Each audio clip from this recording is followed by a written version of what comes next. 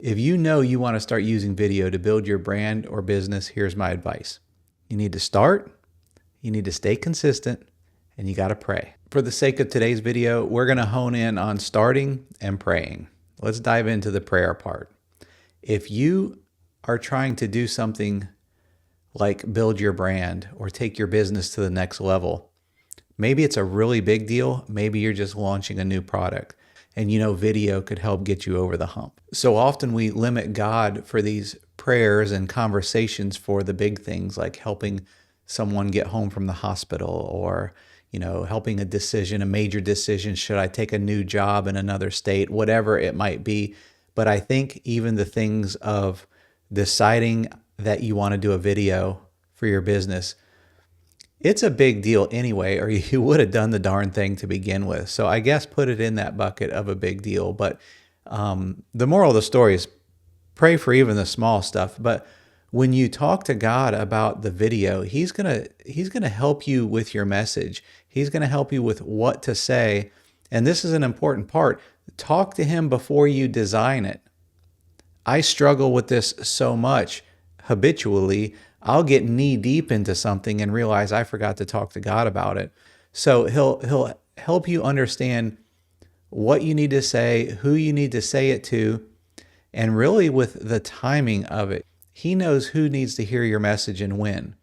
It's okay to say, I want to make a video, but then that's about as far as I would get before I turn to Him and say, okay, I know I want to build my brand. This is what I do. Who should we, not who, but what should I be saying? He'll help you with the initial message, and then the next steps will follow. The other thing I found in my experience about talking to God about my videos is He helps with the journey. What I found is He then helps me with the relationships that I'll bump into in between. A great example is a very close friend of mine that many of you know, Phildra Swagger, Dr. Phildra Swagger. She'll hire me from time to time to do some video work for her or some photography stuff at some of her events. Magnificent woman, magnificent coach. What I'll find is I end up talking to Phildra so much more about my own stuff, about her stuff. Part of it is, Phildra, I think if we make a video that wants to do this and that, I think that could be great. And I'll even tell her, but go pray about it. You decide, you and God decide that. I get two things from talking to Phildra. One, I get to learn from her. And two, I get to learn from her even when I am maybe teaching her. So one of the things we bring to the table in our video stuff is we are consultants. We'll help you with what to say, when to say it, what platforms to put it on. But I just learned so much from talking to that woman. Now, we are aligned from a faith perspective, like intimately aligned with what we believe. But we don't talk about that a lot. We're probably on far spectrum from each other, opposite spectrums when it comes to political beliefs and that sort of thing. So we don't talk about that a lot either. But the moral of the story is this: when you start praying about your videos, God's going to do more than just look at that video on that day, when to press play, all that. He's going to help align you with other people that are going to help you in your next video, your next video, and your next video. Please pray about your videos early. It's going to help you in so many ways. Pray about it throughout the process. Pray right before you press record. Pray right before you go to edit, and pray right before you press post out to the world. You'll see a big difference. Most people don't fail to start because they don't care. It's they feel stuck. Sometimes it's because they're busy. That's not an excuse, but sometimes busyness just happens. Happens to me all the time. And I'll tell you that, yes, I'm busy some weeks more than others, but at the same time, it is just an excuse. Video is important. It needs to be at the top of my priority list. But we also get stuck in fear and comparison. And is my video going to look as good as the next person? Comparing your stuff, and this is on any level, comparing what you do to someone else is probably the most dangerous thing you can do. It's probably Satan's greatest weapon. You're going to suck always compared to somebody, but you're also going to be exceptional always compared to somebody. So forget all of that. Just be better than you were yesterday, but don't get so caught up. I think there's another fear there too. I guess it's the same thing. It's they're embarrassed. It's if you haven't been doing video on a regular basis and looking into the camera and figuring out where to put the lights and all that, there's some rhythm to it. I get it. There's some cost to it. There's some gear to it.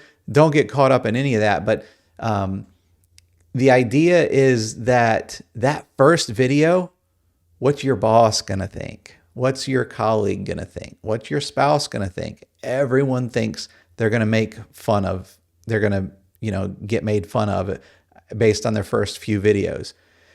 And it's true, you probably will to some degree, but it's probably not near as much as you think. Far more people are going to admire the fact that you did it because you stepped out and did something that a lot of people wish they had the guts to do.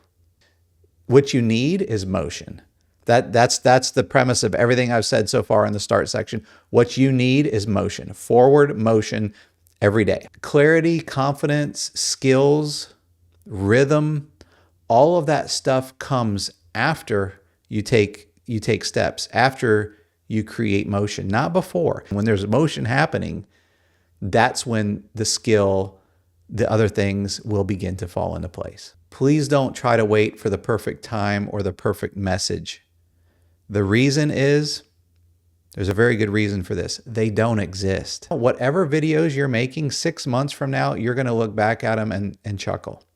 There's all kinds of things that you'll learn along the way, but you can't fast forward them. You just got to let it happen and be comfortable with that. Then go back to God and pray that He gives you the comfort to just simply press the record button. Also, forget the idea of trying to go viral. Just pretend you're talking to one person. The thing you're good at, where you have a skill set, whatever your message you want to bring, all you have to do is picture bringing it to one person. That's all you need to do. Talk to one person and talk to them well. If God is calling you to use your voice, if you genuinely believe that, then you must believe He's not going to let you fall off the bike. Or He might let you fall off the bike so that you skin your knee and you wake up and realize that He's trying to tell you some things. You might fall off the bike and break your arm, but He's not going to allow you to crash so badly that you can't overcome it. He's going to walk with you and do far more positive than negative, even though the negative are sometimes that's what we need. He does some crazy stuff in my life that I just so desperately want to question why, but I know it's a lesson and I'm stubborn and that's how He needed to teach it. I always look back and know that was God. If you've got something you want to share from your heart, don't wait. Don't overdo the message. Put it together. Talk to God about it first. Use resources like ChatGPT. Heck, if you want to bounce it off me, drop me a message below. I'll get on a phone call with you. I'll genuinely have a conversation with you, help you the best I can, and then encourage you to press the record button. Start, let God lead, and if you need a nudge, I'm here.